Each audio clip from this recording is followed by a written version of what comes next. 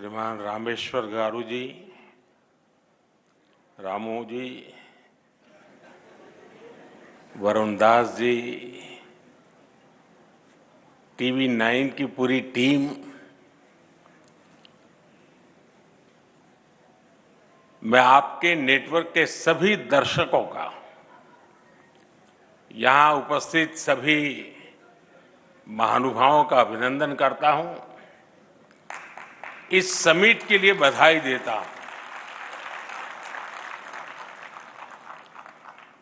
TV 9 network का विशाल regional audience है और अब तो टीवी 9 का एक ग्लोबल ऑडियंस भी तैयार हो रहा है।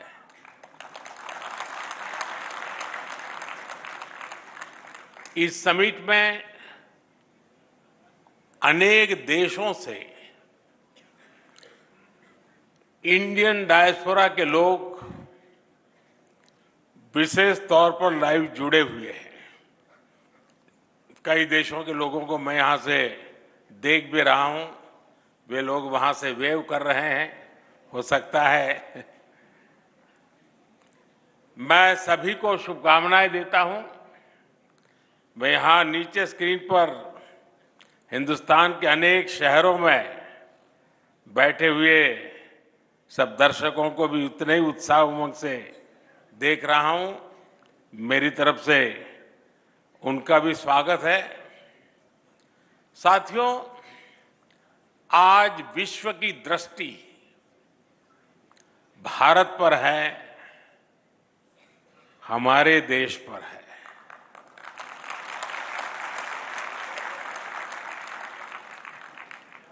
दुनिया में आप किसी भी देश में जाएं, वहां के लोग भारत को लेकर एक नई जिज्ञासा से भरे हुए हैं। आखिर ऐसा क्या हुआ कि जो देश 70 साल में 11वें नंबर की इकोनॉमी बना, वो महज 7-8 साल में 5वें नंबर की इकोनॉमी बन गया।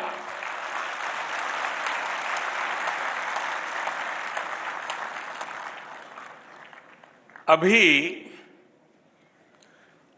आईएमएफ के नए आंकड़े सामने आए हैं।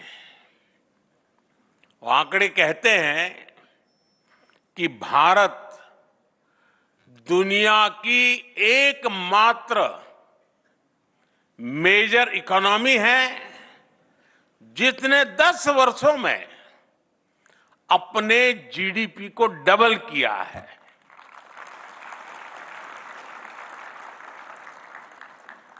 बीते दशक में भारत ने 2 लाख करोड़ डॉलर अपनी इकोनॉमी में जोड़े हैं।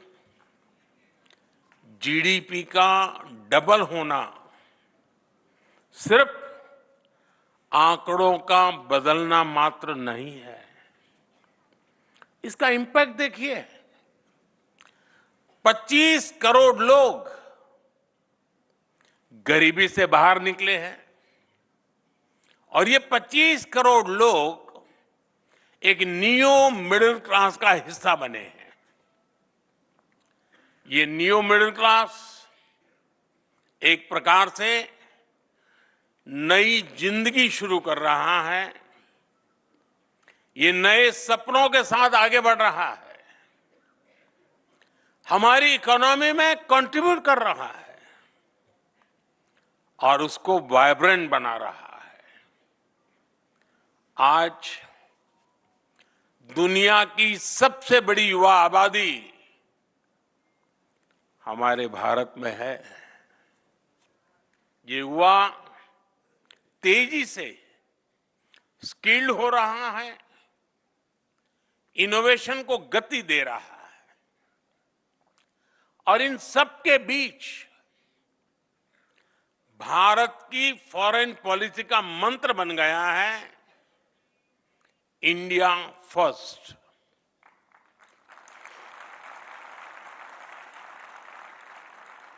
एक जमाने में भारत की पॉलिसी थी सबसे समान रूप से दूरी बनाकर चलो, इक्वी डिस्टेंस की पॉलिसी। आज के भारत की पॉलिसी है सबके समान रूप से करीब होकर चलो, इक्वी क्लोजनेस की पॉलिसी। दुनिया के देश भारत की ओपिनियन को, भारत के इनोवेशन को, भारत के एफर्ट्स को जैसा महत्व आज दे रहे हैं वैसा पहले कभी नहीं हुआ। आज दुनिया की नजर भारत पर है। आज दुनिया जानना चाहती है what India think today.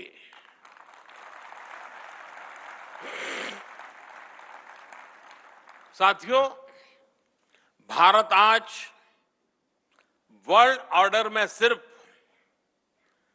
Participate ही नहीं कर रहा, बल्कि फ्यूचर को शेप और सिक्योर करने में योगदान दे रहा है। दुनिया ने ये कोरोना काल में अच्छे से अनुभव किया है।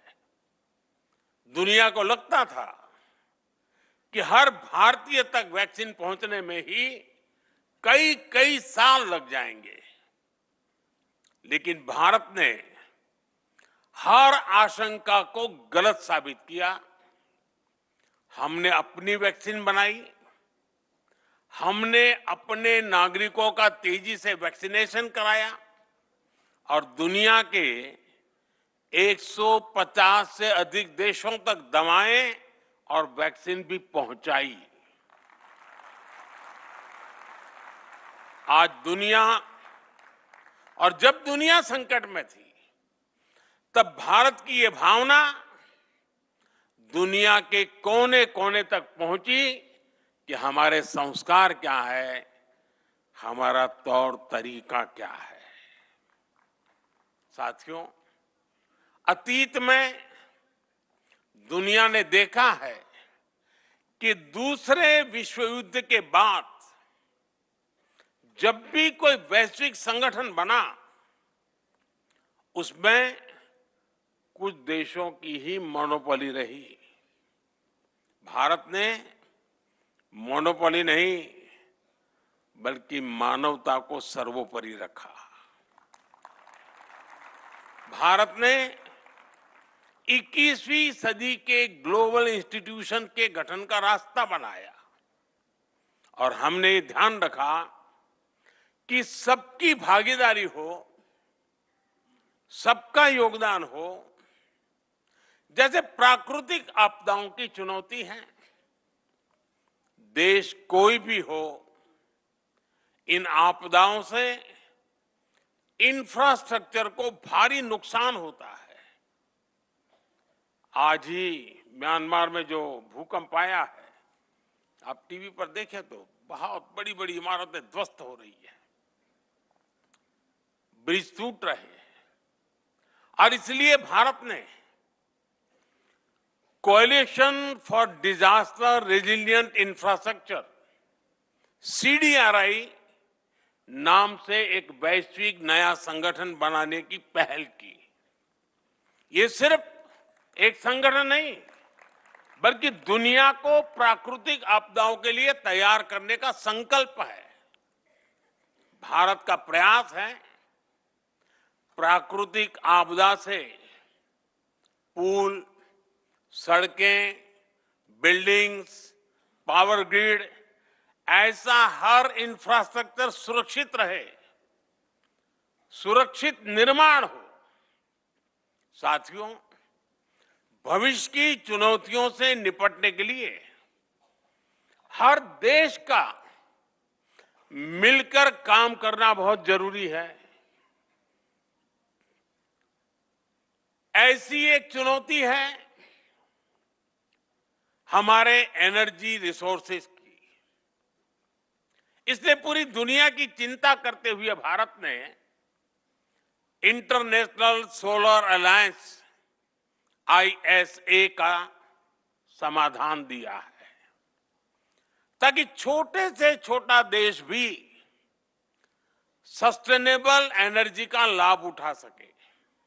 इससे क्लाइमेट पर तो पॉजिटिव असर होगा ही, ये ग्लोबल साउथ के देशों की एनर्जी नीड्स को भी सिक्योर करेगा। और आप सबको ये जानकर गर्व होगा कि भारत के इस प्रयास के साथ आज दुनिया के 100 से अधिक देश जुड़ चुके हैं। साथियों, बीते कुछ समय से दुनिया ग्लोबल ट्रेड में असंतुलन और लॉजिस्टिक्स से जुड़ी चैलेंजेस का सामना कर रहा है।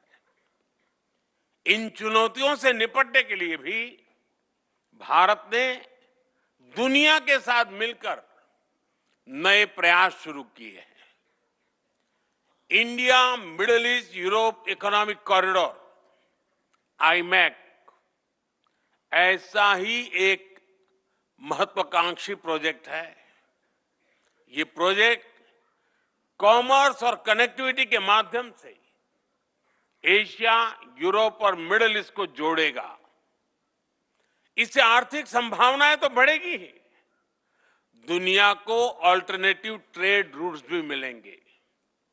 इससे ग्लोबल सप्लाई चेन भी और मजबूत होगी। साथियों, ग्लोबल सिस्टम्स को अधिक पार्टिसिपेटिव, अधिक डेमोक्रेटिक बनाने के लिए भी भारत ने अनेक कदम उठाए हैं। और यहीं पर ही भारत मंडपम में G20 समिट हुई थी। उसमें अफ्रीकन यूनियन को G20 का परमानेंट मेंबर बनाया गया है। ये बहुत बड़ा ऐतिहासिक कदम है। इसकी मांग लंबे समय से हो रही थी, जो भारत की प्रेसिडेंसी में पूरी हुई। आज ग्लोबल डिसीजन मेकिंग इंस्टीट्यूशंस में भारत ग्लोबल साउथ के देशों की आवाज बन रहा है। इंटरनेशनल योगा डे, WHO का global centre for traditional medicine, artificial intelligence के लिए ग्लोबल फ्रेमवर्क, ऐसे कितने ही क्षेत्रों में भारत के प्रयासों ने नए वर्ल्ड ऑर्डर में अपनी मजबूत उपस्थिति दर्ज कराई है। और ये तो अभी शुरुआत है। ग्लोबल प्लेटफॉर्म पर भारत का सामर्थ्य नई ऊंचाई की तरफ बढ़ रहा है। साथियों, 21वीं सदी के 25 साल बीत चुके हैं। इन 25 सालों में 11 साल हमारी सरकार ने देश की सेवा की है। और जब हम व्हाट इंडिया थिंक्स टुडे उससे जुड़ा सवाल उठाते हैं, तो हमें ये भी देखना होगा कि पास्ट में क्या सवाल थे, क्या जवाब थे। इससे TV9 के विशाल दर्शक समूह को भी अंदाजा होगा कि कैसे हम आत्मनिर्भरता से आत्मनिर्भरता तक, एस्पिरेशन से अचीवमेंट तक, डिस्परेशन से डेवलपमेंट तक पहुंचे हैं। आप याद करिए, एक दशक पहले गांव में जब टॉयलेट का सवाल आता था, तो माताओं बहनों के पास रात ढलने के बाद और भोर होने से पहले का ही जवाब होता था। आज उसी सवाल का जवाब स्वच्छ भारत मिशन से मिलता है। 2013 में जब कोई इलाज की बात करता था तो महंगे इलाज की चर्चा होती थी। आज उसी सवाल का समाधान आयुष्मान भारत में नजर आता है। 2013 में किसी गरीब की रसोई की बात होती थी तो धुएं की तस्वीर सामने आती थी। आज उसी समस्या का समाधान उज्ज्वला योजना में दिखता है। 2013 में महिलाओं से बैंक खाते के बारे में पूछा जाता था तो वो चुप्पी साध लेती थी। आज जनधन योजना के कारण 30 करोड़ से ज्यादा बहनों का अपना बैंक अकाउंट है। 2013 में पीने के पानी के लिए कुएं और तालाबों की तक जाने की मजबूरी थी। आज उसी मजबूरी का हल हर घर नल से जल योजना में मिल रहा है। यानी सिर्फ दशक नहीं बदला बल्कि लोगों की जिंदगी बदली है। और दुनिया भी इस बात को नोट कर रही है, भारत के डेवलपमेंट मॉडल को स्वीकार रही है। आज भारत सिर्फ नेशन ऑफ ड्रीम्स नहीं बल्कि नेशन दैट डिलीवर्स भी है। साथियों, जब कोई देश अपने नागरिकों की सुविधा और समय को महत्व देता है तब उस देश का समय भी बदलता है।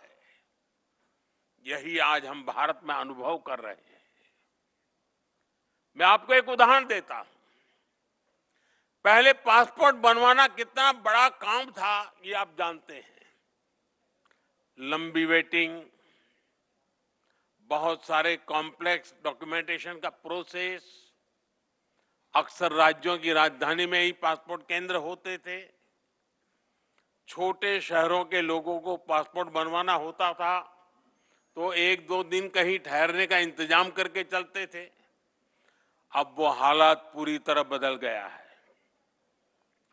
एक आंकड़े पर आप ध्यान दीजिए। पहले देश में सिर्फ 77 पासपोर्ट सेवा केंद्र थे। आज इनकी संख्या 550 से ज्यादा हो गई है। पहले पासपोर्ट बनवाने में, और मैं 2013 के पहले की बात करूं, मैं पिछली शताब्दी की बात नहीं कर रहा हूं। पासपोर्ट बनवाने में जो वेटिंग टाइम 50 दिन तक होता था वो अब 5-6 दिन तक सिमट गया है। साथियों, ऐसी ही ट्रांसफॉर्मेशन हमने बैंकिंग इंफ्रास्ट्रक्चर में भी देखा है। हमारे देश में 50-60 साल पहले बैंकों का नेशनलाइजेशन किया गया, ये कहकर कि इससे लोगों को बैंकिंग सुविधा सुलभ होगी। इस दावे की सच्चाई हम जानते हैं। हालत ये थी कि लाखों गांवों में बैंकिंग की कोई सुविधा ही नहीं थी। हमने स्थिति को भी बदला है। ऑनलाइन बैंकिंग तो हर घर में पहुंचाई है। आज देश के हर 5 किलोमीटर के दायरे में कोई न कोई बैंकिंग टच पॉइंट जरूर है। और हमने सिर्फ बैंकिंग इंफ्रास्ट्रक्चर का ही दायरा नहीं बढ़ाया बल्कि बैंकिंग सिस्टम को भी मजबूत किया। आज बैंकों का एनपीए बहुत कम हो गया है। आज बैंकों का प्रॉफिट 1,40,000 करोड़ रुपए के नए रिकॉर्ड को पार कर चुका है। और इतना ही नहीं, जिन लोगों ने जनता को लूटा है उनको भी अब लूटा हुआ धन लौटाना पड़ रहा है। जिस ईडी को दिन रात गालियां दी जा रही है, ईडी ने 22,000 करोड़ रुपए से अधिक वसूले हैं। ये पैसा कानूनी तरीके से उन पीड़ितों तक वापस पहुंचाया जा रहा है जिनसे ये पैसा लूटा गया था। साथियों, एफिशिएंसी से गवर्नमेंट इफेक्टिव होती है। कम समय में ज्यादा काम हो, कम रिसोर्सेज में अधिक काम हो, फिजूल खर्ची ना हो, रेड टैप के बजाय रेड कारपेट पर बल हो। जब कोई सरकार ये करती है तो समझिए वो देश के संसाधनों को रिस्पेक्ट दे रही है। और पिछले 11 साल से हमारी सरकार की बड़ी प्राथमिकता रहा है। मैं कुछ उदाहरणों के साथ अपनी बात बताऊंगा। साथियों, अतीत में हमने देखा है कि सरकारें कैसे ज्यादा से ज्यादा लोगों को मिनिस्ट्रीज में एकोमोडेट करने की कोशिश करती थी, लेकिन हमारी सरकार ने अपने पहले कार्यकाल में ही कई मंत्रालयों का विलय कर दिया। आप सोचिए, अर्बन डेवलपमेंट अलग मंत्रालय था और housing and urban poverty alleviation अलग मंत्रालय था। हमने दोनों को मर्ज करके हाउसिंग एंड अर्बन अफेयर्स मंत्रालय बना दिया। इसी तरह मिनिस्ट्री ऑफ ओवरसीज अफेयर्स अलग था, विदेश मंत्रालय अलग था। हमने इन दोनों को भी एक साथ जोड़ दिया। पहले जल संसाधन नदी विकास मंत्रालय अलग था और पेयजल मंत्रालय अलग था। हमने इन्हें भी जोड़कर जल शक्ति मंत्रालय बना दिया। हमने राजनीतिक मजबूरी के बजाय देश की प्रायोरिटीज और देश के रिसोर्सेज को आगे रखा। साथियों, हमारी सरकार ने रूल्स और रेगुलेशंस को भी कम किया, उन्हें आसान बनाया। करीब 1500 ऐसे कानून थे जो समय के साथ अपना महत्व खो चुके थे, उनको हमारी सरकार ने खत्म किया। करीब 40,000 कंप्लायंसेस को हटाया गया। ऐसे कदमों से दो फायदे हुए। एक तो जनता को हैरेसमेंट से मुक्ति मिली और दूसरा सरकारी मशीनरी की एनर्जी भी बची। एक और एग्जाम्पल जीएसटी का है। 30 से ज्यादा टैक्सेस को मिलाकर एक टैक्स बना दिया गया है। इसको प्रोसेस के डॉक्यूमेंटेशन के हिसाब से देखे तो कितनी बड़ी बचत हुई है। साथियों, सरकारी खरीद में पहले कितनी फिजूल खर्ची होती थी, कितना करप्शन होता था, ये मीडिया के आप लोग आए दिन रिपोर्ट करते थे। हमने जेम यानी government e market place platform बनाया। अब सरकारी डिपार्टमेंट इस प्लेटफॉर्म पर अपनी जरूरतें बताते हैं, इसी पर वेंडर बोली लगाते हैं और फिर ऑर्डर दिया जाता है। इसके कारण भ्रष्टाचार की गुंजाइश कम हुई है और सरकार को 1 लाख करोड़ रुपए से अधिक की बचत हुई है। डायरेक्ट बेनिफिट ट्रांसफर डीबीटी की जो व्यवस्था भारत ने बनाई है, उसकी तो दुनिया में चर्चा है। डीबीटी की वजह से टैक्स पेयर के 3 लाख करोड़ रुपए से ज्यादा गलत हाथों में जाने से बचे हैं। 10 करोड़ से ज्यादा फर्जी लाभार्थी जिनका जन्म भी नहीं हुआ था, जो सरकारी योजनाओं का फायदा ले रहे थे, ऐसे फर्जी नामों को भी हमने कागजों से हटाया है। साथियों, हमारी सरकार टैक्स की पाई पाई का ईमानदारी से उपयोग करती है और टैक्स पेयर का भी सम्मान करती है। सरकार ने टैक्स सिस्टम को टैक्स पेयर फ्रेंडली बनाया है। आज आईटीआर फाइलिंग का प्रोसेस पहले से कहीं ज्यादा सरल और तेज है। पहले सीए की मदद के बिना आईटीआर फाइल करना मुश्किल होता था। आज आप कुछ ही समय के भीतर खुद ही ऑनलाइन आईटीआर फाइल कर पा रहे हैं और रिटर्न फाइल करने के कुछ ही दिनों में रिफंड आपके अकाउंट में भी आ जाता है। फेसलेस असेसमेंट स्कीम की टैक्स पेयर्स को परेशानियों से बचा रही है।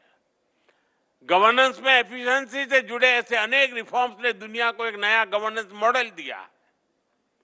साथियों, पिछले 10-11 साल में भारत हर सेक्टर में बदला है, हर क्षेत्र में आगे बढ़ा है और एक बड़ा बदलाव सोच का आया है। आजादी के बाद के अनेक दशकों तक भारत में ऐसी सोच को बढ़ावा दिया गया जिसमें सिर्फ विदेशी को ही बेहतर माना गया। दुकान में भी कुछ खरीदने जाओ तो दुकानदार के पहले बोल यही होते थे, भाई साहब लीजिए ना, ये तो इंपोर्टेड है। आज स्थिति बदल गई है। आज लोग सामने से पूछते हैं, भाई मेड इन इंडिया है या नहीं है।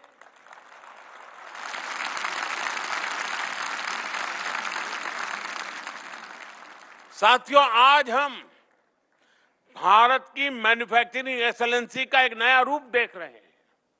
अभी 3-4 दिन पहले ही एक न्यूज आई है कि भारत ने अपनी पहली एमआरआई मशीन बना ली है। अब सोचिए, इतने दशकों तक हमारे यहां विदेशी एमआरआई मशीन ही नहीं थी। अब made in India MRI machine होगी तो जांच की कीमत भी बहुत कम हो जाएगी। साथियों, आत्मनिर्भर भारत और मेक इन इंडिया अभियान ने देश के मैन्युफैक्चरिंग सेक्टर को एक नई ऊर्जा दी है। पहले दुनिया भारत को ग्लोबल मार्केट कहती थी, आज वही दुनिया भारत को एक बड़े मैन्युफैक्चरिंग हब के रूप में देख रही है। ये सक्सेस कितनी बड़ी है, इसके उदाहरण आपको हर सेक्टर में मिलेंगे।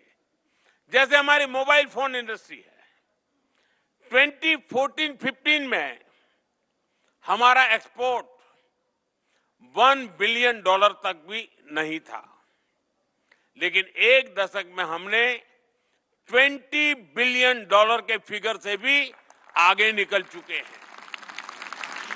आज भारत ग्लोबल टेलीकॉम और नेटवर्किंग इंडस्ट्री का एक पावर सेंटर बनता जा रहा है। ऑटोमोटिव सेक्टर की सक्सेस से भी आप अच्छी तरह परिचित है। इससे जुड़े कंपोनेंट्स के एक्सपोर्ट भी भारत में एक नई पहचान बना रहे हैं। पहले हम बहुत बड़ी मात्रा में मोटरसाइकिल पार्ट्स इंपोर्ट करते थे, लेकिन आज भारत में बने पार्ट्स यूएई और जर्मनी जैसे अनेक देशों तक पहुंच रहे हैं। सोलर एनर्जी सेक्टर ने भी सफलता के नए आयाम गढ़े। हमारे सोलर सेल्स, सोलर मॉड्यूल का इंपोर्ट कम हो रहा है और एक्सपोर्ट 23 गुना तक बढ़ गया है।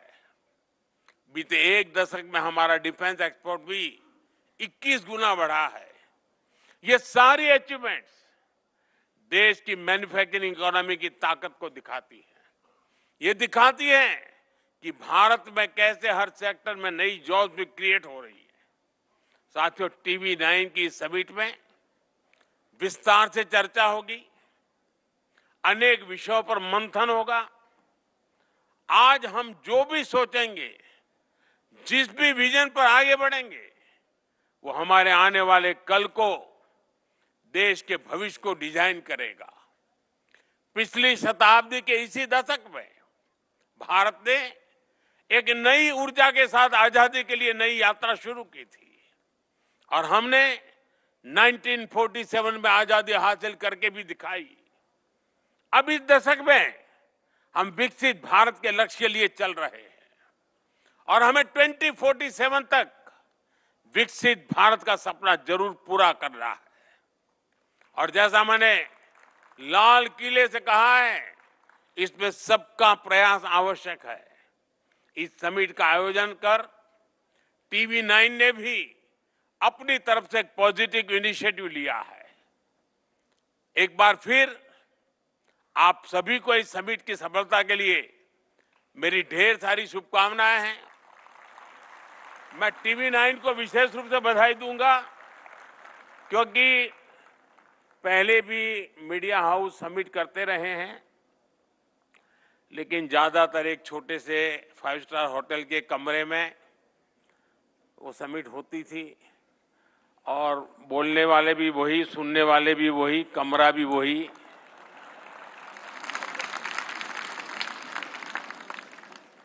TV9 ने इस परंपरा को तोड़ा और ये जो मॉडल पेश किया है, 2 साल के भीतर भीतर देख लेना, सभी मीडिया हाउस को यही करना पड़ेगा। यानी टीवी 9 थिंग्स टुडे वो भाग्यों के लिए रास्ता खोल देगा। मैं इस प्रयास के लिए बहुत बहुत अभिनंदन करता हूं आपकी पूरी टीम को। और सबसे बड़ी खुशी की बात है कि आपने इस इवेंट को एक मीडिया हाउस की भलाई के लिए नहीं, देश की भलाई के लिए आपने उसकी रचना की। 50,000 से ज्यादा नौजवानों के साथ एक मिशन मोड में बातचीत करना, उनको जोड़ना, उनको मिशन से साथ जोड़ना, और उसमें से जो बच्चे सिलेक्ट होकर के आए उनकी आगे की ट्रेनिंग की चिंता करना, ये अपने आप में बहुत अद्भुत काम है। मैं आपको बहुत बधाई देता हूं। जिन नौजवानों से मुझे यहाँ फोटो निकलवाने का मौका मिला है, मुझे भी खुशी हुई कि देश के होनहार लोगों के साथ मैं अपनी फोटो निकलवा पाया।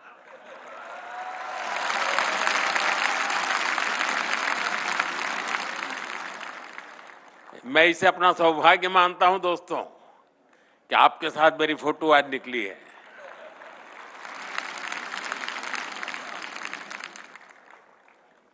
और मुझे पक्का विश्वास है कि सारी युवा पीढ़ी जो मुझे दिख रही है,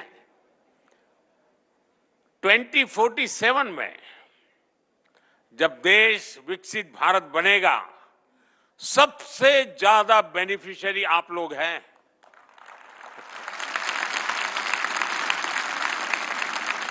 क्योंकि आप उम्र के उस पड़ाव पर होंगे जब भारत विकसित होगा, आपके लिए मौज ही मौज है।